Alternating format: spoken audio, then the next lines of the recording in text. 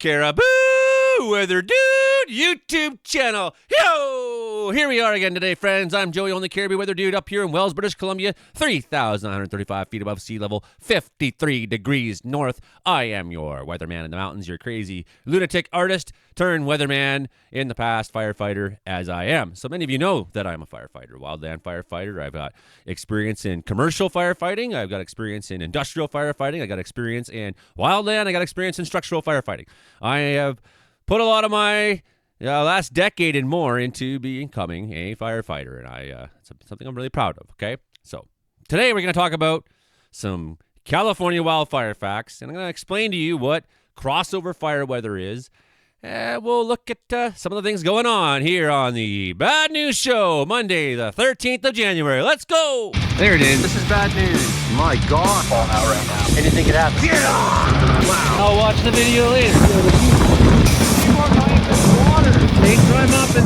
I think question number one for today is, what is crossover fire weather? What does that mean when I say we're seeing crossover fire weather conditions? And it's going to be a little bit harder for you Americans if you're watching, because you use the Fahrenheit system, and it doesn't work out quite so nicely in the Fahrenheit system. In fact, I'm admittedly poor with the Fahrenheit system. Admittedly. I mean, if you tell me 70, I have an idea what that feels like, but directly translating things, 72 is this much in Celsius, I struggle with that on the go. So I don't expect you to have any better luck with that. So you're going to have to figure this out. However, what is crossover fire weather conditions? So what you see here in British Columbia right now is things are not burning. They're not capable of burning. We have very high humidity. We have temperatures that are nice and cool. We don't have direct sunlight on things. We don't have wind. We don't have dry fuels in the forest. There's a number of things that have to come together in order for a wildfire to have its extreme behavior like we've seen last week, notably in California. So what is crossover fire weather? Now, we're going to pick a standard here. We're going to start at 30 degrees Celsius because in British Columbia, this is a bit of a magic number, especially in crossover, although crossover can happen at various temperatures. Right now, in California, we've been seeing crossover conditions with about 19 degrees at times at the high point of the day in Los Angeles, but the humidity level is down to 13, 15%, whatever. So what you see is when that humidity level drops during the day, it keeps, you get up in the morning and the dew point maybe has happened, or it's cooler and you have a little bit more humidity in the air. It's a little bit damper in the air, but as the day gets on, the sun gets on, it starts to dry the air out more and more. As you get into the afternoon, suddenly you're seeing those humidity levels drop. Now, it's key to understand that fire, if it's trying to burn, fire is a chemical reaction. If it's trying to burn a piece of wood and the piece of wood is wet, it's going to really struggle to burn that piece of wood. It may slowly take it, but it's not going to have that aggressive activity that you see. If I put a dry piece of wood in my fire right now, it fucking takes right off. It rips up and it burns, right? Now, if you think about what are the three things fire needs, for a wildland situation at least, the fire triangle we'll use. There's actually the fire tetrahedron, but I don't think we need to go deeply into the chemical nature of a fire. But what you witness as fire, you think of like as the wood burning, and what's actually happening is there's a chemical reaction happening between heat and air and fuel. So you put those three together, heat, air, and fuel. Now, what if your air and your fuel are both damp? You're going to have you're going to struggle to have fire that behaves, aggressively, right? And if you add to that, it's cool, so you don't have that heat as well, then you're gonna have a piece of wood that doesn't really want to burn vigorously. It just kind of struggles and simmers there and pops. And you've seen this your whole life trying to make fire. You're like, let's go make a fire and cook some marshmallows. You get a bunch of green wood and it won't burn. It's very difficult to burn green wood. So what you need to see is that crossover is that temperature keeps rising into the afternoon, and that humidity level keeps dropping. At a certain point, the temperature, and this is in Celsius, so again, for you Americans, this is going to be difficult to comprehend because this won't work out nicely for you the way it does in the... And this is just another good reason why the imperial system's crap and why the metric system's really good. So as you see that temperature coming up, we'll give it Los Angeles, for example. Now in BC, we call the 30-30-30 rule, 30 degrees, 30% humidity, 30 kilometers an hour wind. That's one of our crossover rules. However, we're not seeing those conditions necessarily in California. California right now, we're seeing 19 degrees Celsius. So it comes up during the day, 19 degrees Celsius, and that humidity maybe was at 35 to start the day, which is still exceedingly low. And then that humidity keeps going down, down, down, down, down. It meets up with 19 degrees, 19% humidity, 19 degrees Celsius. It works out really nicely the way that works out, actually. You couldn't ask for a better system than the metric system. And that temperature keeps going up maybe a little bit, and that humidity keeps coming down. And now we have what's called crossover, where the temperature is greater than the amount of humidity that's in the air. Fire likes to breathe dry air. It likes to burn dry wood. And now you have dry air, you have dry fuels, you have that fire triangle, and you have that heat, you have the direct sunlight on there, and you see fires. And I've seen this myself as a wildland firefighter. The first time I ever saw it, I was surprised. I was shocked because I was at this fire down in Grand Forks back in the day, and, everything's just smoldering around for days. We hadn't seen any real active flame. Nothing interesting had happened. And, nothing that interesting really happened when it hit crossover anyways. We mostly got the fire out, by the point it did. But I was really shocked to see how, it's like 2:30 in the afternoon, and where I'm watching my weather gauge and I'm watching the humidity come down. I watch the temperature, and then I hear someone call it on the radio. It looks like we're hitting crossover conditions right about now. And as I look around, I start seeing things, these ground fires that are underground just vigorously start smoking. And within 10, 15 minutes, they actually got up out of the ground and started actively burning things. I was like, wow, it really, at that time, I completely understood. Like, crossover isn't a joke. It's a real thing where you can have absolutely nothing going on in your fire line at the time, and then suddenly crossover conditions are met, and the thing just wakes up and goes. And I've seen some examples of this because we have really big fuel in Canada, right? In BC, I should say. We have really big fuel loads. So when the fire goes up here, it goes up here.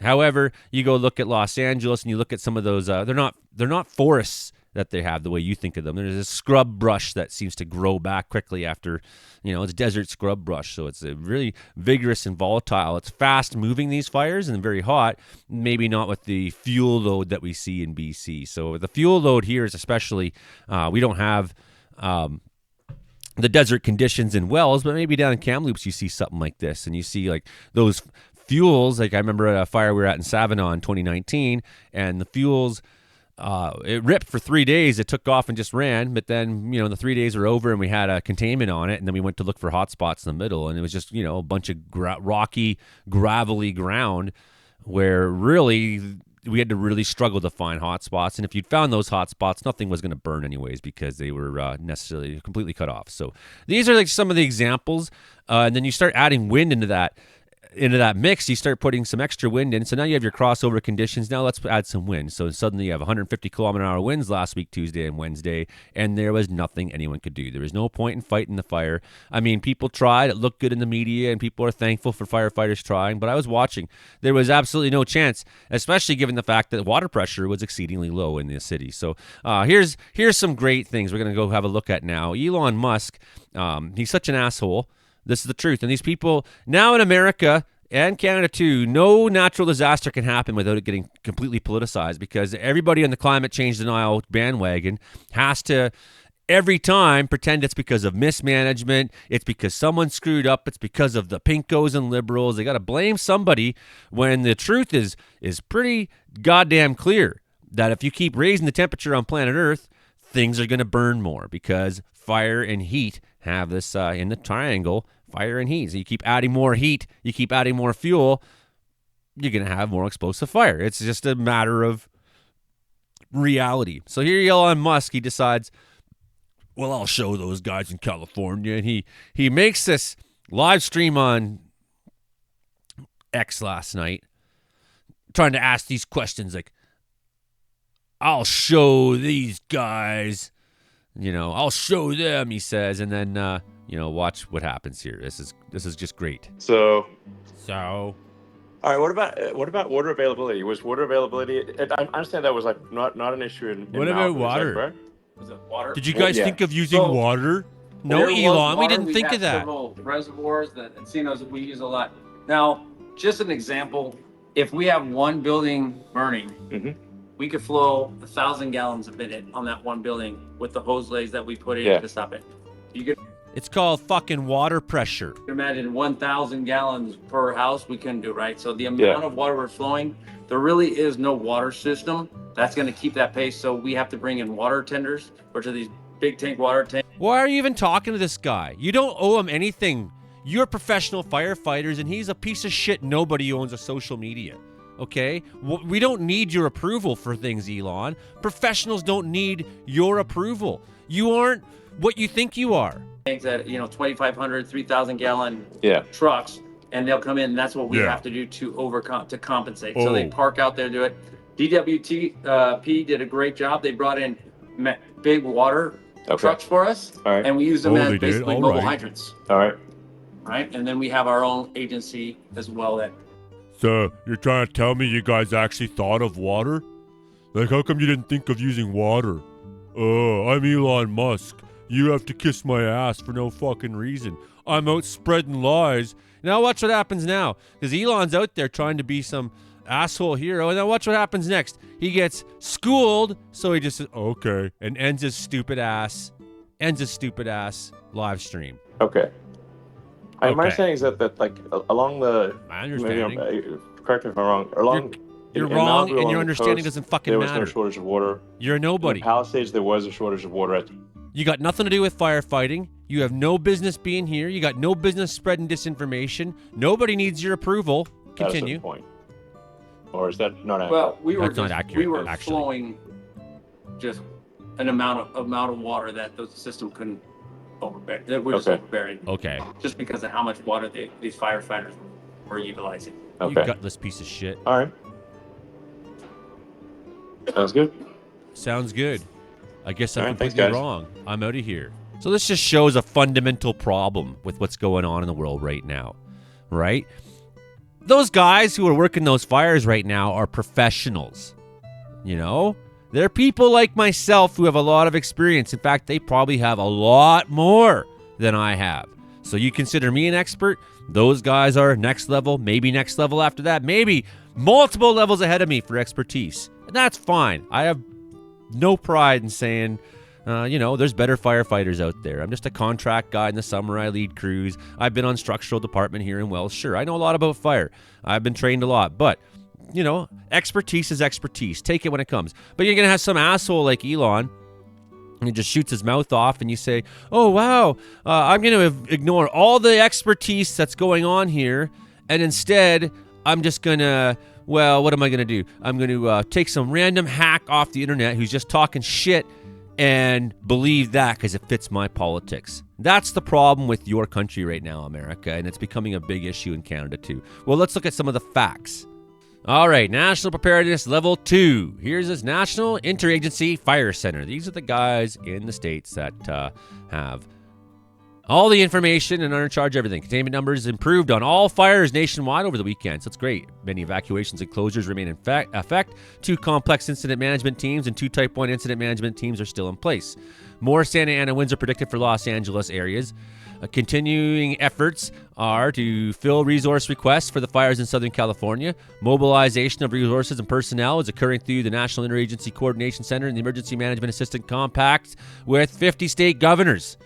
Many of the resources that have arrived in Southern California began mobilizing within 24 hours of the fire's reporting, and several resources from Northern Cal were mobilized and positioned prior to the recent wind event in anticipation of an increased need for assistance. We knew it was coming. The United States Forest Service has activated 8 Department Defense C-130 aircraft equipped with modular airborne firefighting systems to assist with fire response. 8 aircraft join municipal, county, state, federal agencies fighting fires in the Los Angeles area. The weather today, Santa Ana winds of 15 to 30 miles per hour, gusting 30 to 60 miles per hour, so almost up to 100 kilometers an hour, will continue today and tonight across Southern California. Minimum relative humidity will fall to 15%, maybe as low as 5%, with poor overnight recovery below 30% expected tonight. So it's going to be dry enough that you're not going to see dew point reached. That's not happening. So again, we have no rain coming in the future. We have still dry conditions. Maybe some of these fires are going to get beat, but the chance that more could break out is still a huge possibility. We don't have winds that are quite as bad as they were last week, but 60-mile-an-hour wind, that is fire activity, man. Weak low pressure will form near the northwestern Gulf Coast today and move east along the northern Gulf Coast tonight, bringing light to moderate rainfall near the coast. Cold and breezy north and northwest winds are expected on the plains today, but nothing into California. So here's another good point I want to make. Daily statistics. Currently, 47,000 acres been burning. We have 5 large fires currently under effect. Year to date, fires have been reported so far in 2025. 607 fires, 31,000 acres so far. Hey, well, what about that homeless guy who had a fucking blowtorch, Joey? What about that homeless guy with the blowtorch? Yeah, did that homeless guy start 600 fires? You gotta keep pointing your finger at everything that's not climate change because you can't handle the fact that we are heading into a calamitous disaster and you are cheering it on. You refuse to do anything that might help avert it. And here we are. And you got people like James Woods losing his home. He's like a big climate denier. Mel Gibson, big time climate change denier. It's just all woke left conspiracy kooky. No, it's fucking science, assholes. Quit politicizing science. This is the reality we're in, and people are suffering for it, and now you're suffering for it. Good. Finally, it came home to roost on some of the rich. Sorry, that's how I actually feel. Would I go fight their fires? Would I go to Palisades and fight fire if I was asked to? Well, yeah, I would. Is that something I want to do? No, I don't want to go to America and fight urban interface fires. That's in terrains and topography and fuels that I don't have a lot of experience in. I'm really good here in BC where I really know my shit, and that's where I like to be. Anyways. Recent weather observations from Fort St. John Airport show sustained winds approaching 60 kilometers an hour with gusts around 75 kilometers an hour. For the remainder of the day and into Monday morning, strong southwesterly winds are likely to continue as the cold front passes overnight. Given the combination of extremely dry conditions and strong winds, falling seas are a serious safety concern. Please remain vigilant at all times. Strong winds can produce sporadic fire behavior. All crews will continually assess escape routes and safety zones. Pilots should consider landing in an appropriate landing facility upon encountering severe winds. All crews must acknowledge this wind warning. Please contact dispatch to do so. Thank you. Fire set are clear. Looks like it's here.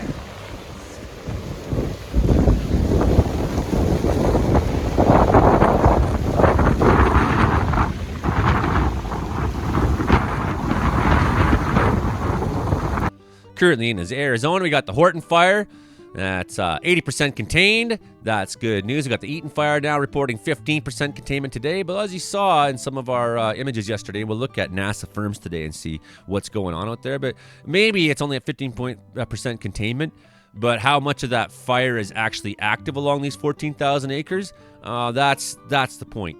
76% containment now in the Hearst fire, so that's great news. 90% on the Kenneth fire. The Palisades fire is still only 11% contained. However, as I was just suggesting, we don't have the level of fire activity. So far today, we're not seeing fire activity taking off yet. Of course, it's still fairly early in the day. It's 11:34 a.m. right now here and also in California because it's same. There's the Kenneth fire. We haven't seen a lot of fire activity for the last few days, and that's kind of the nature of these fuels like I was talking about in Kamloops, where it burned pretty ripping for a couple days, but then once it cooled off enough, it struggled to find fuel to get itself moving again. So I'm have some positive feelings that despite what we're seeing for the size of the Palisades fire, we're not seeing a lot of activity along a lot of these flanks right now. Seeing some more activity in the last 2 days up along the north edge of it, but so far today we're not seeing that necessarily.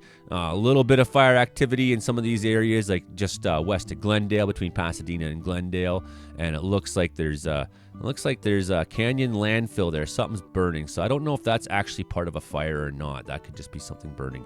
It seems weird, but that's showing up as a hot spot, showing up as smoke right now. But even on the Eaton fire, nothing near urban interface seems to be where the hot spots have been lately. They've been up in the hills, so these are positive signs that it's quite likely they'll be able to start getting some containment on some of these fires. However, with the conditions we're seeing, are we going to see more fires? That's entirely reasonable. It's entirely possible. We don't have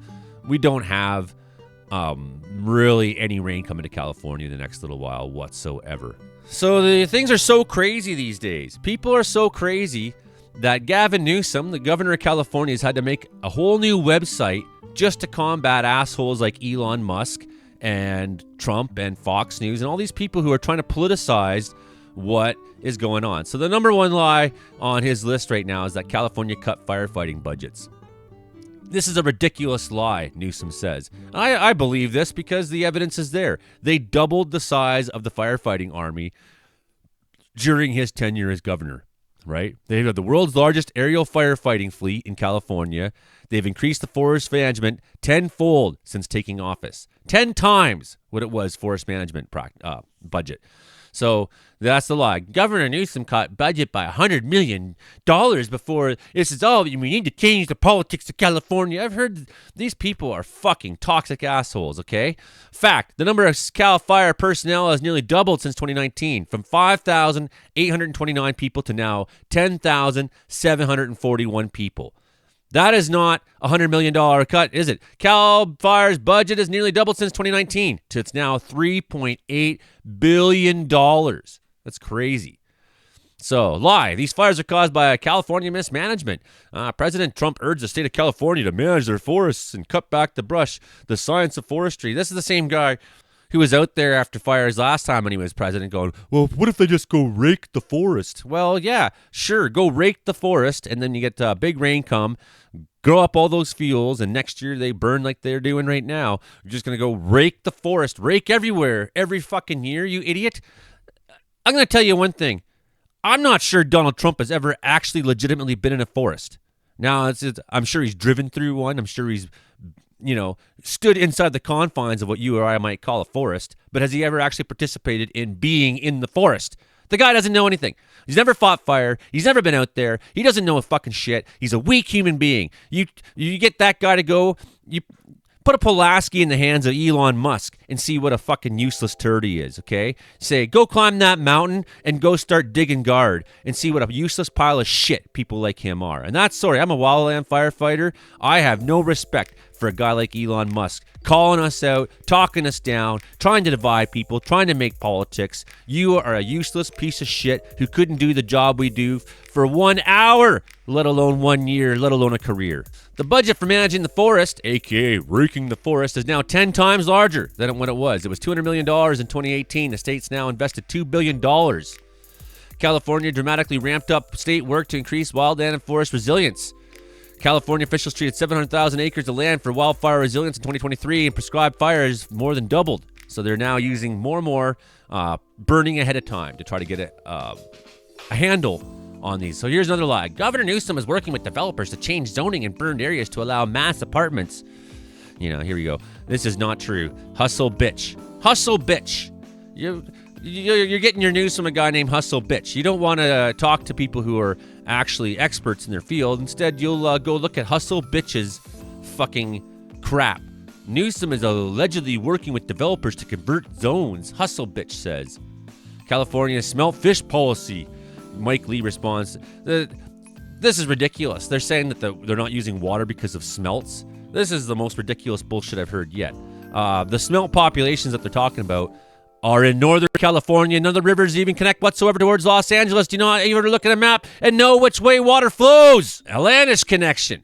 There's no water availability problems. There's no problem with water availability in Southern California. We've seen, now if this had been 3 years ago, yeah, we might have had a big water availability problem. But what happened in the last 2 years? The reservoirs got filled right to the tits in California. There's no water shortage in California right now. They just had record-setting years of rain in Southern California. All the aquifers are full. Or not the aquifers, but all the large water systems that feed Los Angeles is full. So Orange County Water District supplies groundwater to the north half of the county, has enough supply 2.5 million customers through the worst of any potential droughts for 3 to 5 years. They got enough water to last 5 years for 2.5 million people if there's a drought. The Metropolitan Water District of Southern California has an abundance, 3.8 million acre-feet of water in storage. That's enough to supply 40 million people for a year. 40 million people. They got enough water to help 40 million people. So no, there's no water coming out of the fire hydrants because the city didn't fill the reservoirs. But at least the fire chief was a woman and gay, libs of TikTok. These fucking toxic assholes. Facts about water availability. Los Angeles fire fuel falsehoods, including Trump's lies about water management. Regional water in Southern California, historical highs. Hydrants ran dry during firefighting because the city water infrastructure was not built to respond to fires so large. A change in Northern California's water management would not affected the fire response because Northern California's water systems do not connect to Southern California systems. They go to the ocean. Social media users revived Trump's 2018 and 19 claims about California's forest management to prove the current fires. See, he was right.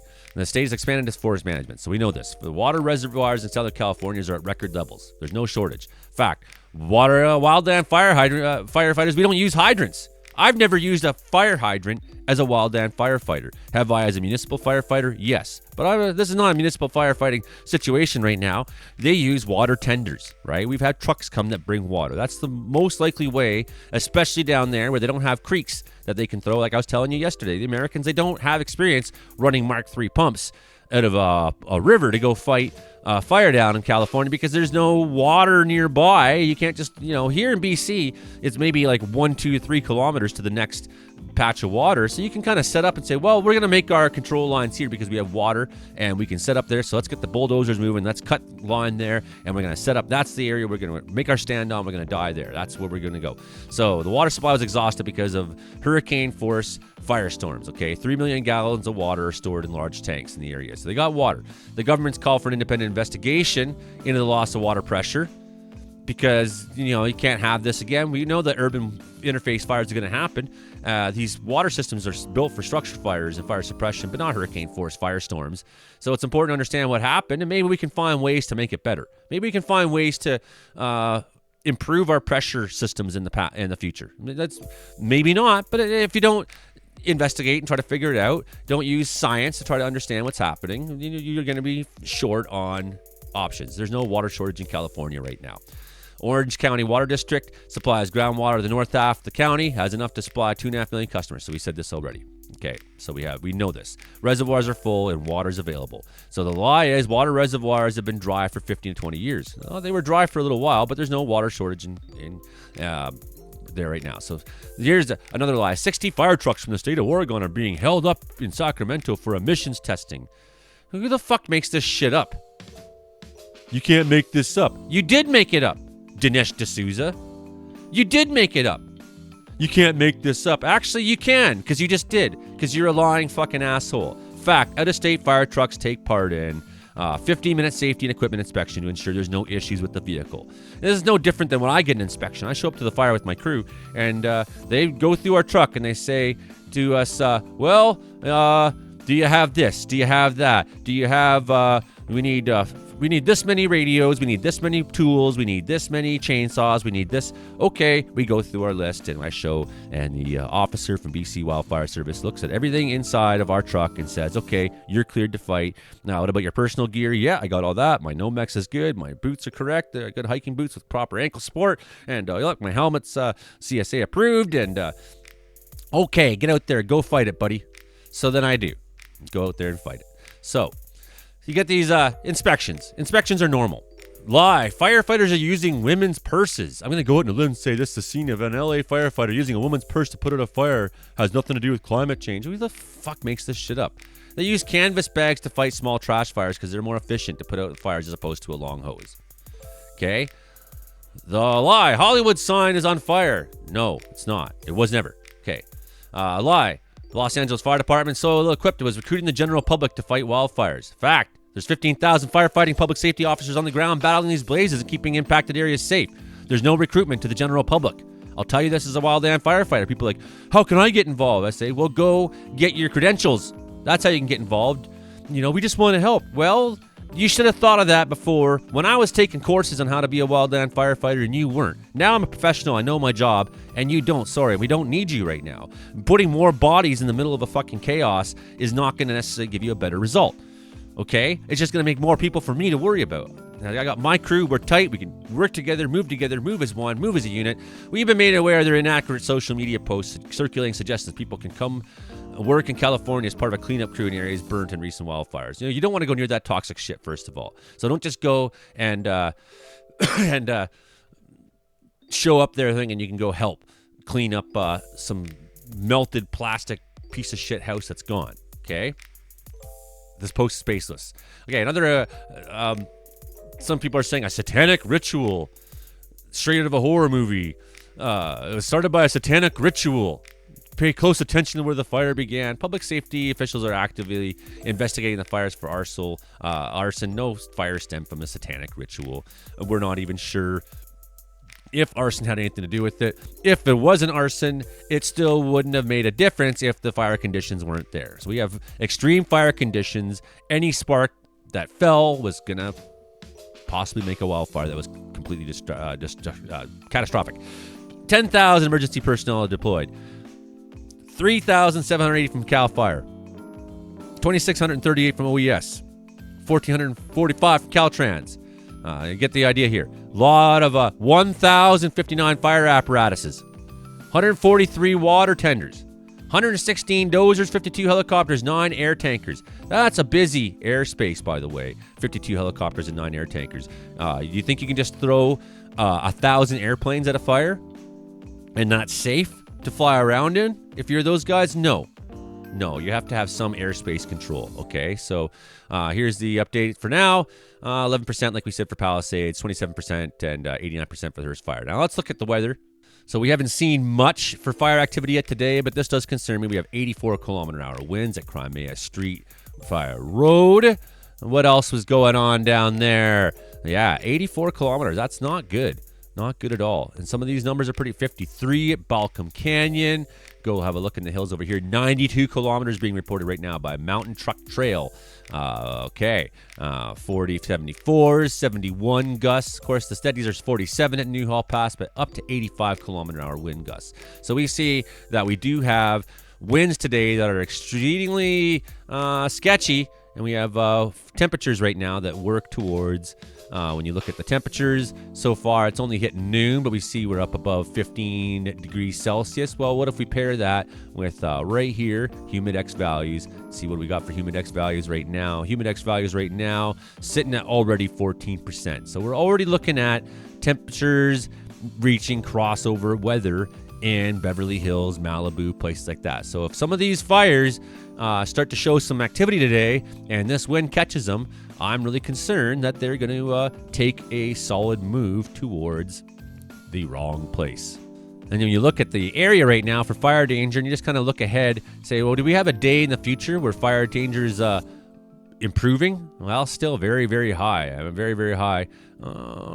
Maybe by the weekend, they think. I'm skeptical on that.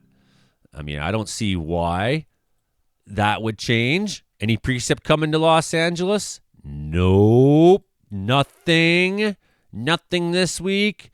Nothing. Ooh, there's a little bit of a wet spot off the coast. Maybe that'll bring humidity up just enough. So maybe there's a chance for a break this weekend. But you look at some of these winds that are going to show up.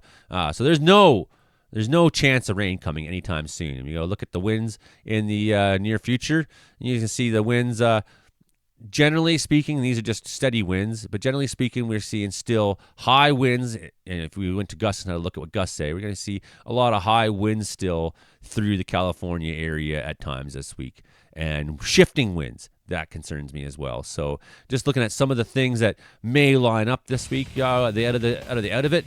No, they're not out of it yet. No. Could there be more fires? Absolutely. Is the worst of these fires over? I think so. I think they're getting a wrap on it. I think it looks like progress to me for where the hot spots are. Certainly it's away from major city centers like it was, so that's positive news. So yeah, I do see some positives there, but yeah, let's take a look at rain accumulation over the next little while. Is there any rain coming to Southern California? Zero chance. Anyways, I hope that gave you some overview on what things are, situation in California right now, some of the truth of it, some of the fire behavior conditions, why things work the way they are, some of the laws. I hope that this helped give you a better grasp on the situation there right now. The best I can from Northern California, northern British Columbia, looking at Southern California. I'm a long ways away, and no, I've never been to Southern California, but I've fought a lot of wildfires, and I've fought fire with those guys who are in California, a lot of them. So, am I the utmost expert? Well, probably a lot more than you.